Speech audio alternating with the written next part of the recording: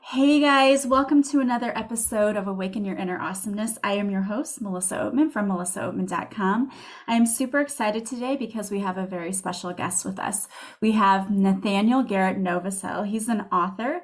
He wrote the book, The X Factor, which is a new book that's just been out that's on the Amazon bestseller list, and also The Meaning of Life. And today he is going to be talking to us about the factors that define someone's sense of purpose. And sense of purpose can mean a lot of things. So we're going to dive into that and see exactly what that means. So I want to thank you so much for being here with us today, Nathaniel. Thank you so much for having me. Yes, so this topic is a very interesting topic, and also I think probably one that maybe some people might have a little confusion over. So I know you were going to get into explaining what the meaning of life actually means, but before you get down to the nitty-gritty, telling us those 8 factors and what it really means, why don't you tell us a little bit about yourself and how you got to what you're doing right now? Sure. So the journey started when I was 5. I know that's kind of young, but my father disappeared in the middle of the night when I was 5. Now, I don't remember what that was like because that's when your memories are starting to form. But I do know when I was 6, a year later, my dad reached out 6 months after he disappeared and said, "Hey, I'm now living in California," and we went out there for 3 weeks and 2 days. And when I came back from that trip, I mean, I cried when I left because I'd never been away from my mother before. But when I came back from my father, it was like someone ripped my heart out of my chest. Like I felt empty and miserable and just like everything was terrible. And I cried myself to sleep. And I just remember sitting there staring at the ceiling, just bawling my eyes out and going, what is the point of all this? We're going to suffer like this is terrible. Yeah. And the back of my mind triggered, like a lot of people do when they're in their worst moments. But back of my mind was unique. The back of my mind is kind of robotic in nature. And so it was like, that's a fascinating question. I wonder if you could answer that. And I'm like crying. It's like, what's wrong with you? But I it was that moment that I was like, I bet you can answer that. I'd like to try. So I spent decades studying everything under the sun: philosophy, psychology, human behavior, economics and business, and religions and spirituality, and all these different things, trying to figure out, okay, what is the point? And everyone had their own answers and all these other things. But it didn't occur to me, but about 20 years later, I was changing jobs, and I was going to say, what wisdom would I would impart on someone from all these decades of what I've learned about all of this.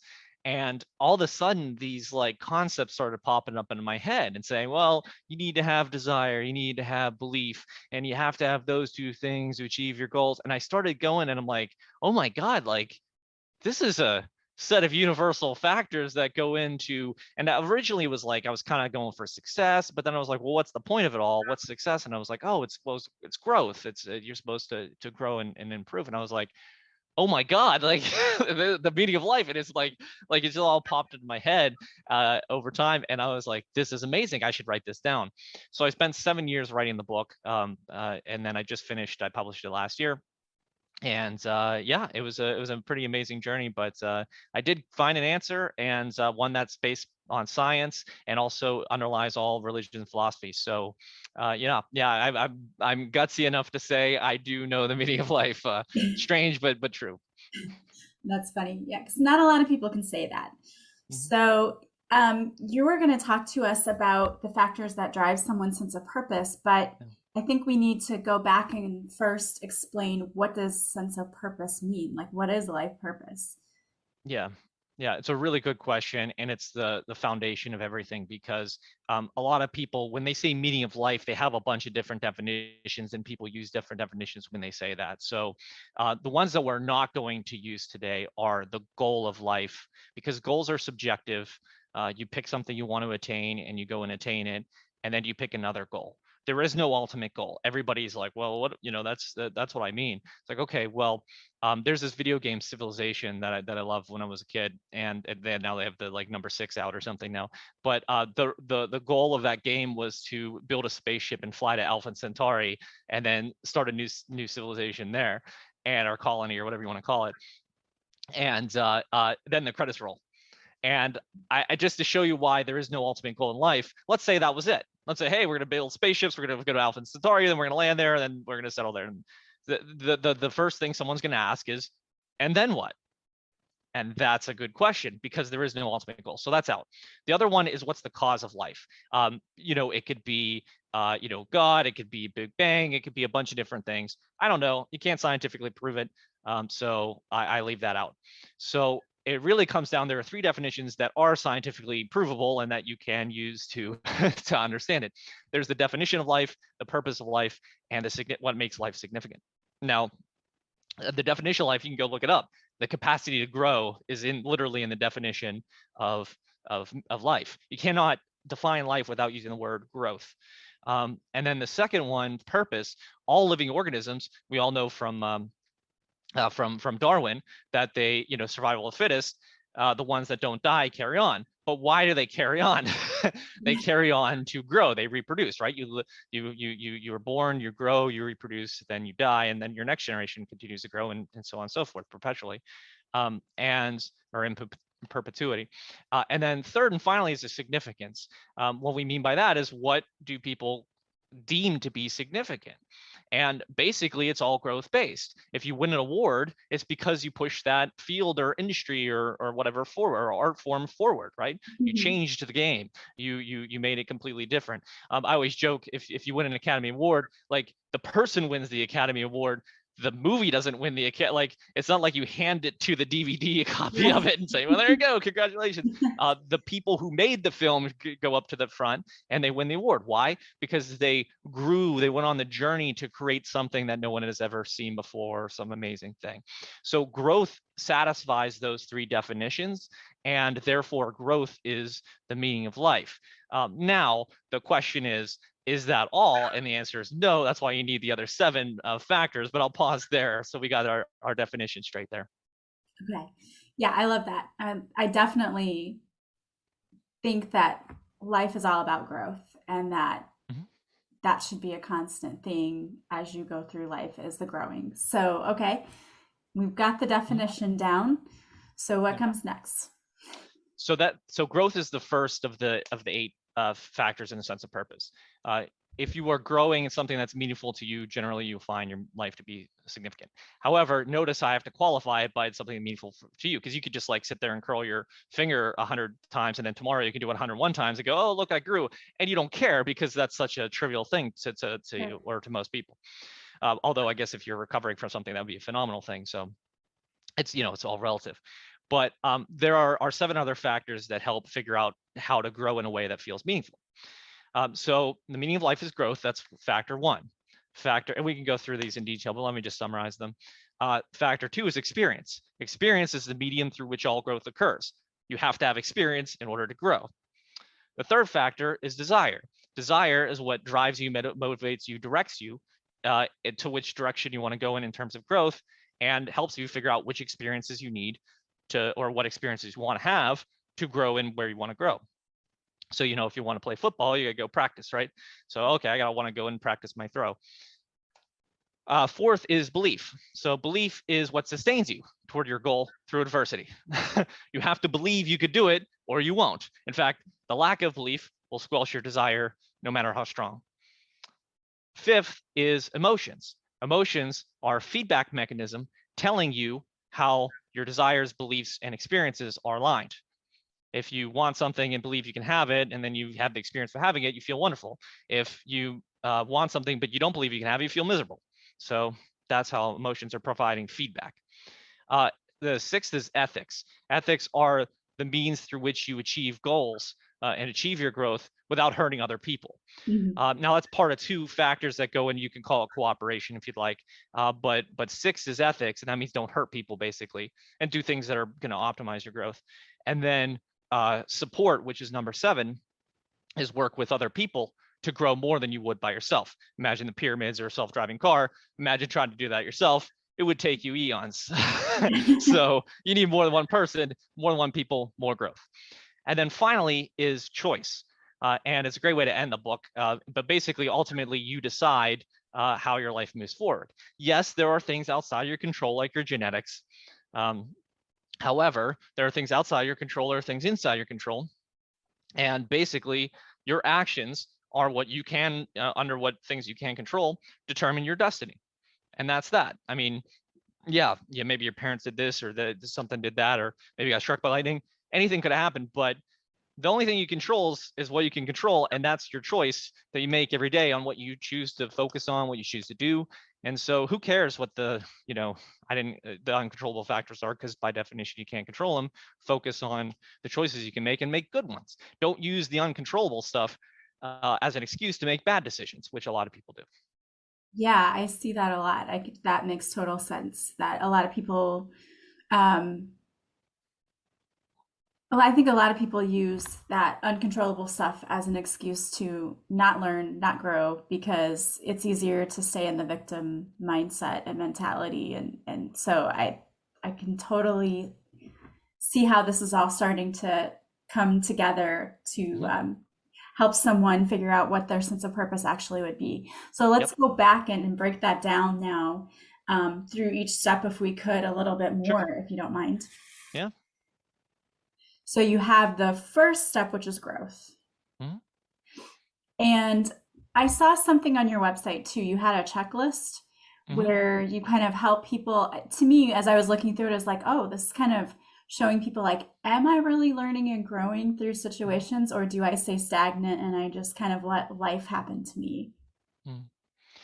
Yeah, it's an assessment. One reason for the assessment is I actually put it before and after the book, so the assessments are in there. And I did it because I wanted to have some sort of scientific proof that the book actually led to better outcomes. So I even put it on the site. You can take the assessment before you read the book and after you read the book, and then rate yourself. And hopefully it goes up, because that's the whole point. I love But that though. I love kind of the self-assessment on that too. I think that's a great piece to it. Yeah, but basically what that assessment does is it tests things. It just asks you basic questions like, I believe that my life tomorrow will be better than it is today. I mean, metaphorically, not literally tomorrow versus today, but in the Right. future than it is now. And that's one of the examples that that's your level of testing, your level of optimism. It's testing your belief in future.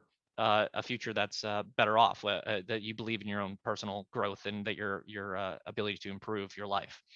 And so there are a bunch of questions like that. Like I feel strong desire for the things. It's basically testing those 8 things, but not directly. It asks questions that get at it. So it's not. I mean, you can obviously. I'm not doing this as a psychological study, so I'm not trying to like eliminate all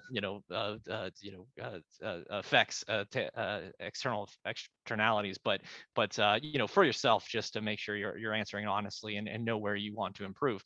And what's great is that each of those questions, I even write after the assessment, says, go to this chapter if you have some issues with this. Like if you don't have I the was going belief to that you ask can you attain that. your goals. I was Yeah. just going to ask you that. So you walk through these 8 factors, and then through this assessment, if there are areas where people know, like, oh, I really have a weakness here, like I don't believe in myself very much, or Mhm. um, I I don't know what I want to do. The desire portion is really low for me.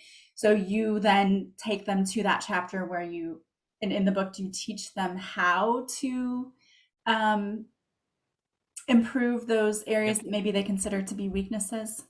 Yes, absolutely.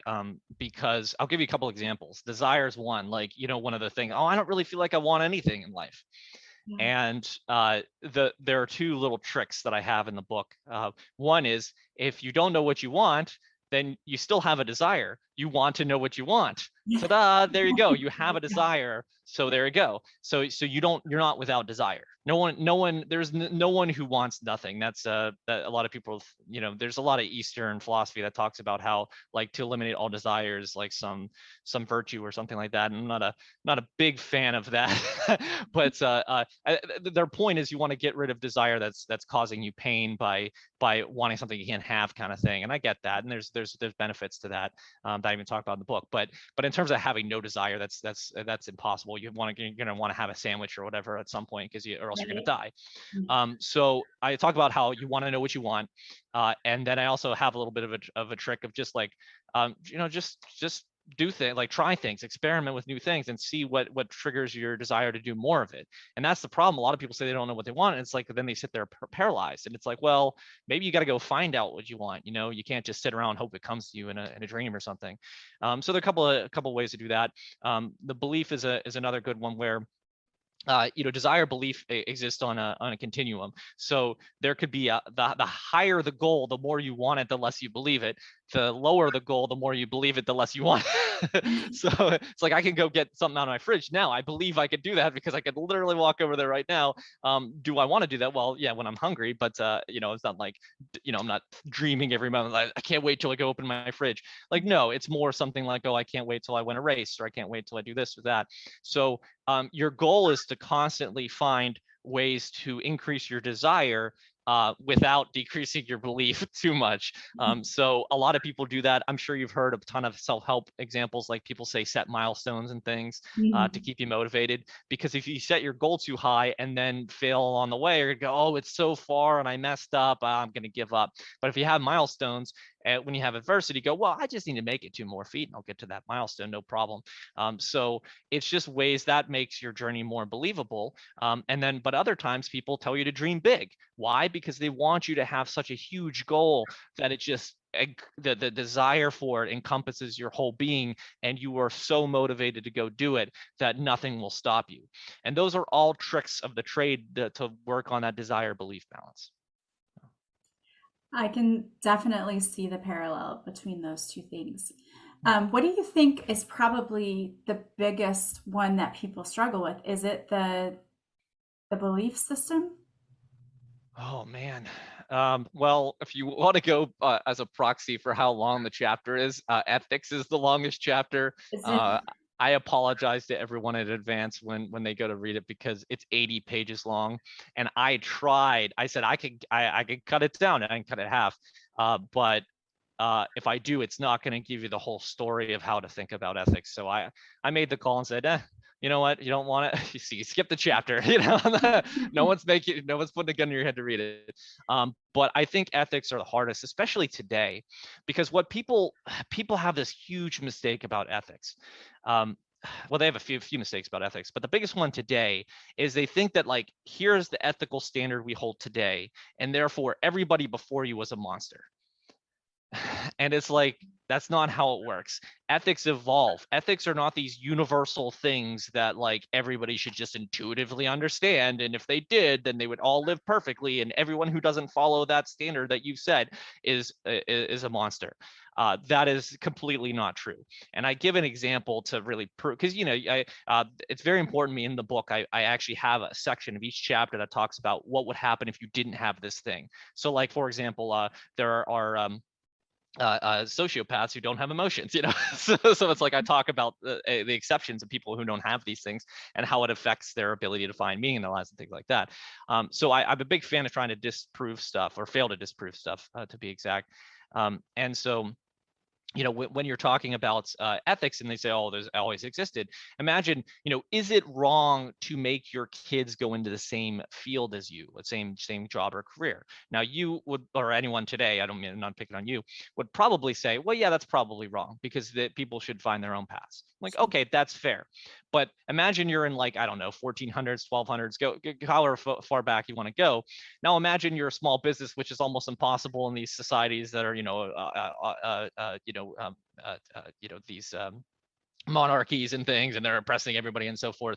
And you have a small business, let's say you're a blacksmith or something, and, like, you've got 8 kids, 10 kids, and so you've got the oldest son, let's just say, and that person's being raised in the father's footsteps in this example of the blacksmith. And that son goes, oh, actually, I want to go dance. Like, is it ethical for that kid to abandon the family to go do whatever he wants when there are 10 kids and it's so hard to have a business, and that business is going to go under, and everyone's going to die and starve? No, It's not ethical to do that. You suck it up and you do what's right for your family. Right. So like ethics change, they change over time. And then the situations change. So it's hard to look back and everyone's like judging everybody. We live in a world today where everyone wants to judge everybody else for not living up to these ideals. And it's like, look, ethics change, things change. A lot of people think that like imprisonment and things like that is terrible, but imagine if you go back to 1,000 years ago and you fight a war and you have a lot of prisoners of war, and you keep them, and then, well, you got to feed them. You don't want them to just starve to death. Maybe have that ethic, but then you can't afford to feed them because you have a small group. So what do? You put them to work against their will. Yeah. That is the best thing to do in that situation. But now we live in a society of abundance where you don't have to force these people who are in prison to work. And so they just sit there and you just keep them away from society and you feed them and you clothe them and do all that other stuff, but you don't force them to work. So was it always wrong for them to be forced to work? I'd say, obviously, if you go back 1,000 years, that was the most ethical thing to do so that they don't die, so you don't kill them, and so that you don't starve anyone else who was innocent, feeding the people who did wrong. So like ethics change, and people really struggle with that because they might find their own ethics, and I try to help them with the chapter, but then it just becomes hard because once you've established your own ethics, you then seem to want to impart your ethics on everyone else and then force everyone to follow them, and that's not necessarily and judge everybody for not following your standard. And that's a tough one. Yeah, that is definitely a tough one. And I think a lot of people have the fallacy that we all think exactly alike, and Mm-hmm. that's not true. But most people want to think that, everyone else thinks just like them. Yeah. But then I think we see, especially in today's society, we're seeing that that's definitely not the case. Yeah. A lot of people are disagreeing and a lot of conflict going on. So it's just proof that, again, everyone's ethics are different. Yeah.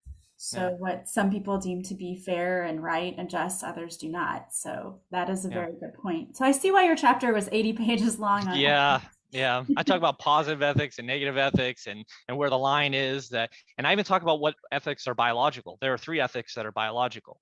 And this is fun. I don't give anyone a set of ethics. It's one of my rules, one of my ethics, if you will, for writing my book, is that everybody seems to have their own set of ethics they want to impart on anyone else. Like I just said, I didn't want to do that. I said, look, you figure out your own ethics. You just know you got to have them. And I give my favorite example is I mentioned the significance definition of meaning, and but the example I give is who belongs in the Baseball Hall of Fame in the steroid era. And that's just one of the best examples because some people say that the people who did steroids do belong in there. Other people say they don't. And here's why. This is proof of the significance definition of meaning growth, and how ethics can detract from that. Basically the people who say they belong in there, you say, well, it was fair because everybody was doing it. That's a rationalization saying that doing the steroids was ethical, or at least not unethical, I should say. Yeah. And then there are people who say, no, they don't belong because there are people who weren't doing the steroids and they did well and they deserve to be in the hall. But the people who did do steroids cheated, unfair, unethical achievement of the goal. And so therefore their achievements don't count.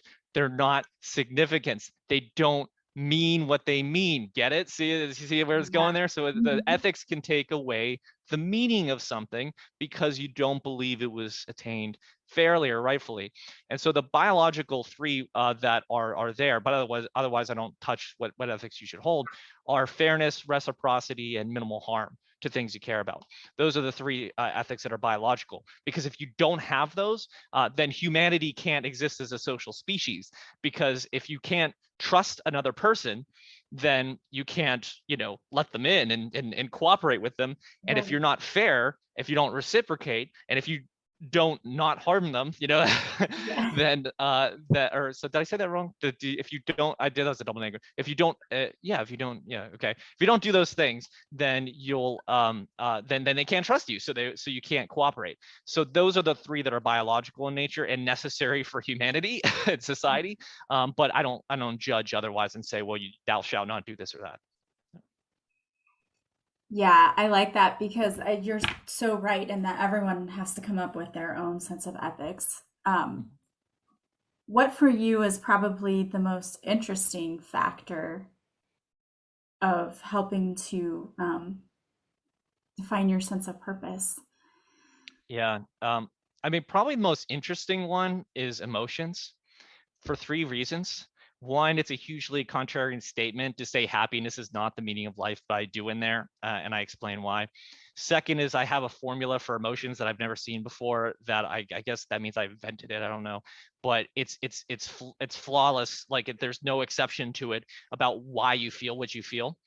And it helps you to figure out things. And then third, in terms of it's how to get your sense of purpose, you have to try things and then feel whether they're right for you. And so that's one of the it's the best mechanism to tell if you're on the right track.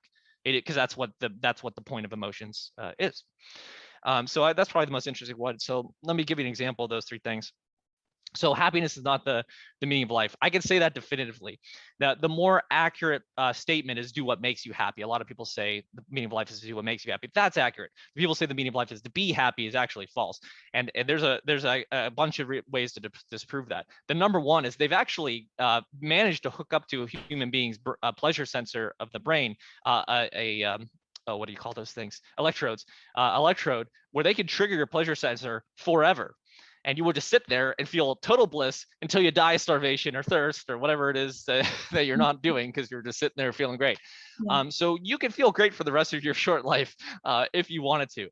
That's not the point. If it was, then that's what everyone would be doing. Right. It's not the point. Obviously, you're just to sit there and you're not just sit there pleasure. You're sitting there just feeling good and doing nothing. That's ridiculous. So happiness is not in and of itself the point. But the other reason, more importantly, is here's why it's not the point. It can be logically derived as well, other than just disproved. And let me ask you a question. What is the point of going to school? Um, to learn and gain knowledge, which also helps you to grow. Exactly. So why did you not say to get an A? Because A doesn't really hold much value. I mean, it's to me, there were classes where I got A's, but I didn't learn anything.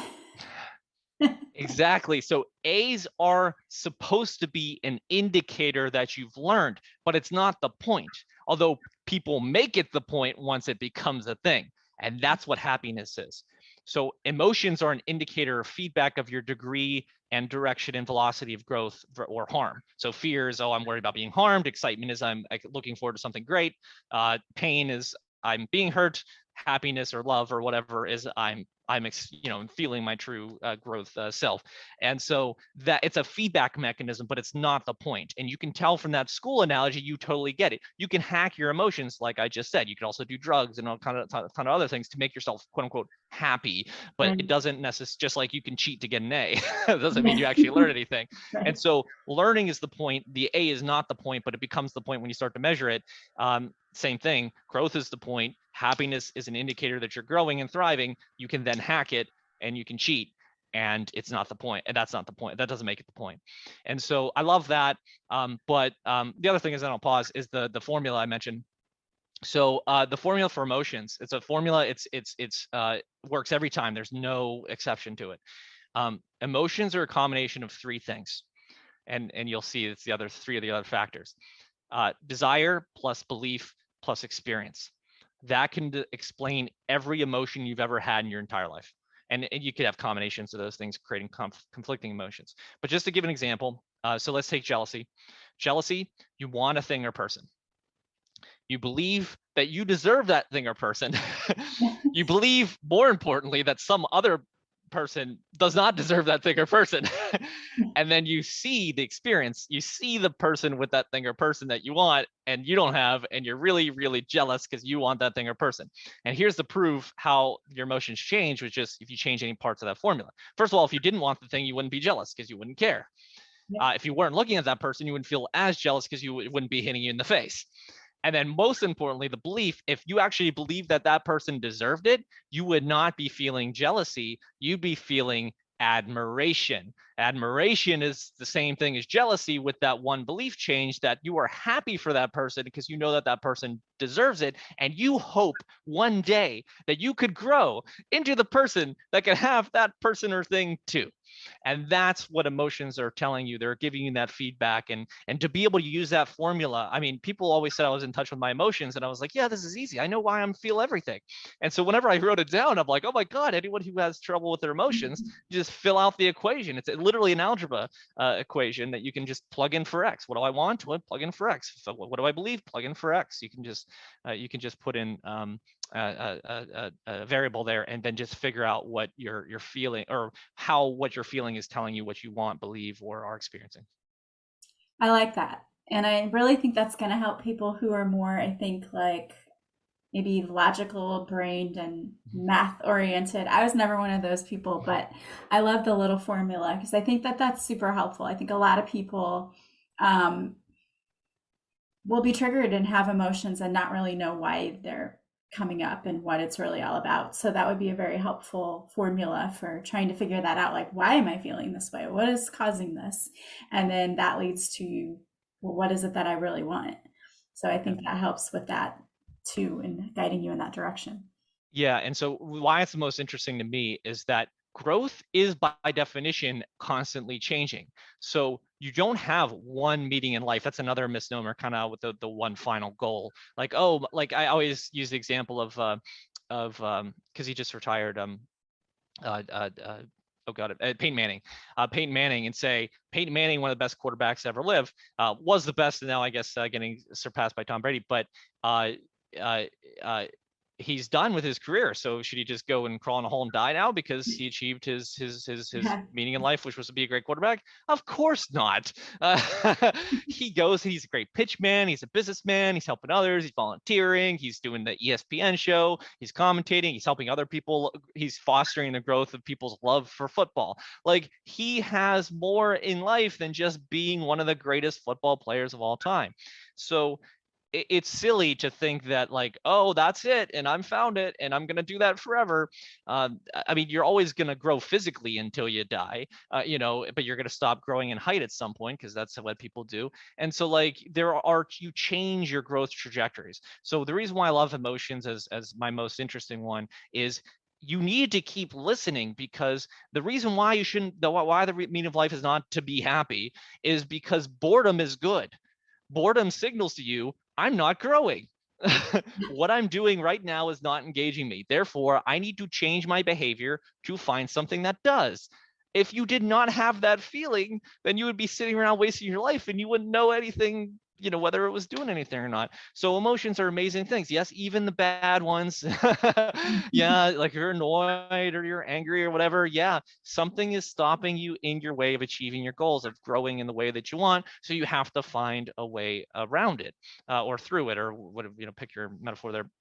And so, like, it's a great thing to have, and it's the signal that's always telling you whether you find something you find is meaningful. That's why my book, the biggest thing is, I can't tell you what your meaning in life is. I list a bunch of growth areas and tell you to pick which ones you like and determine where you want to be in those areas, but only your own emotional guidance system, if you will, to steal a phrase from the law of attraction folks. Your emotional guidance system is the only thing going to tell you whether you're doing something meaningful to you or not. Yeah. And now, if someone were to purchase your book, and this is the book, The Meaning of Life, that you take them through each of these steps, so they, in your chapters, will read about what each of these 8 factors are, and then you give them examples of them, and then how they can grow in those particular factors. Would that be correct? Yeah, I mean, you do the pre-assessment. I define what I mean by meaning and get rid of the ones that you can't answer, like whether there's a God or what the ultimate goal is. Then I define it in the ways I said it. Then I say, here are the 8 factors, the 8, that I take you through each one. And I go through, I have the same structure. I'm a little nuts in that regard. Everything, the exact same structure. It's the definition of that term, how it applies to all living organisms. You're welcome to skip that chapter if you don't care, or not chapter, that section if you don't care. Then I talk about how it applies to humans. Then I talk about how it applies to you. Then I talk about what happens if you didn't have that thing, how it would not allow you to have your sense of purpose as well. And then I talk about what to do if you're unsure. And that's that. So if you want to jump to the last one, that's fine. The section of each chapter. And then I end it with questions and exercises to take to actually help you flesh out that concept for you. So at the end of the book, you should have each of those 8 concepts pretty well understood, and then you would have applied them by asking yourself those questions and understanding those things as they apply to you.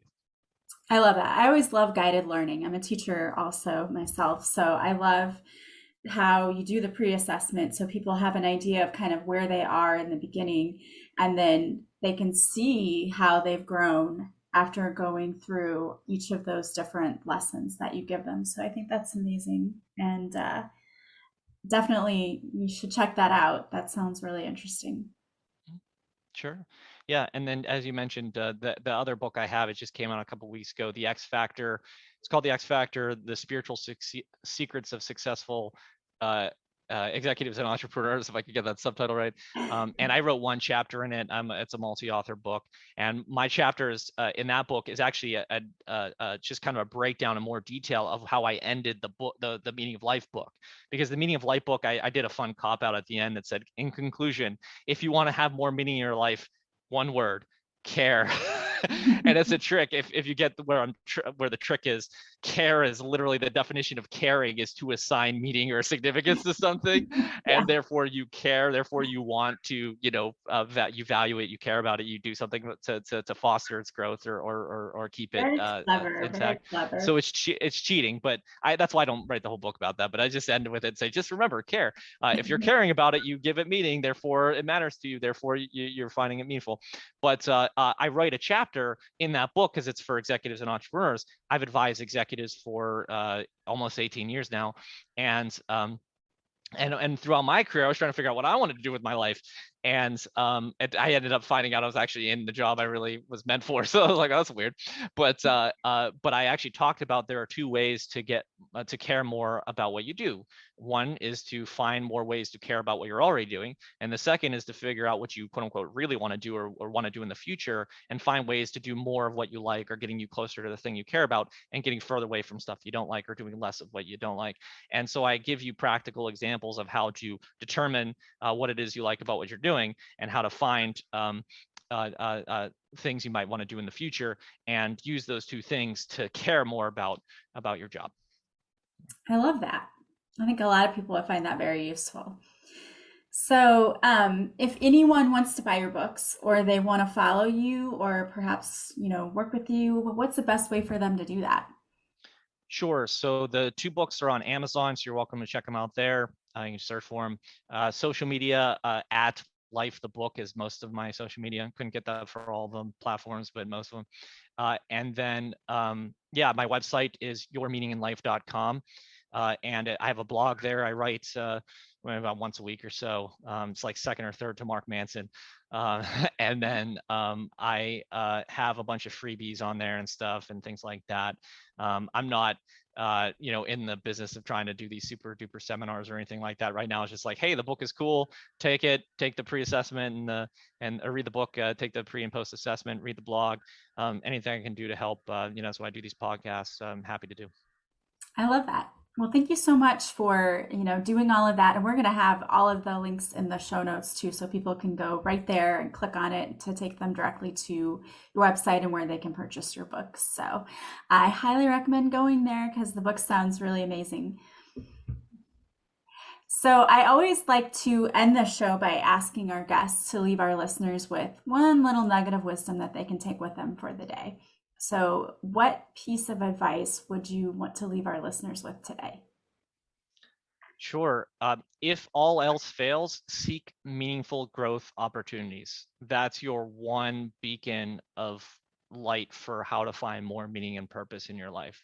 And to kind of build on that, don't get into your head. The biggest problem today, people call it crisis of meaning, is that people think like the meaning of life is to be happy and you're just supposed to experience pleasure all the time and go like watch videos and do this stuff. And then you feel unfulfilled and you wonder what's going on. Seek meaningful growth opportunities. You will find your meaning by doing that, whether it's going to a soup kitchen and helping other people with, who are having tough times, that's meaningful. If it's raising your kids well, that's meaningful. If it's doing a job that you care about, that's meaningful. Like, do those things. Those activities lead to fulfillment, not pleasure. And that's what you're striving for. So seek meaningful growth opportunities. Love it. Love it. Very good advice. Well, thank you so much for being here with us today. It was so much fun talking to you. Yeah, thank you so much. I want to thank all of you for being here with us today as well. As always, if you like this podcast, please subscribe. Please leave a positive review from wherever you're listening. You can always leave some stars on iTunes. Don't forget to follow me on social media. And if you want to work with me, you can go to my website, melissaoatman.com. I want to wish everyone a beautiful day from wherever you're listening. As always, I am sending you so much love and light, and I will talk to you soon. Bye, guys.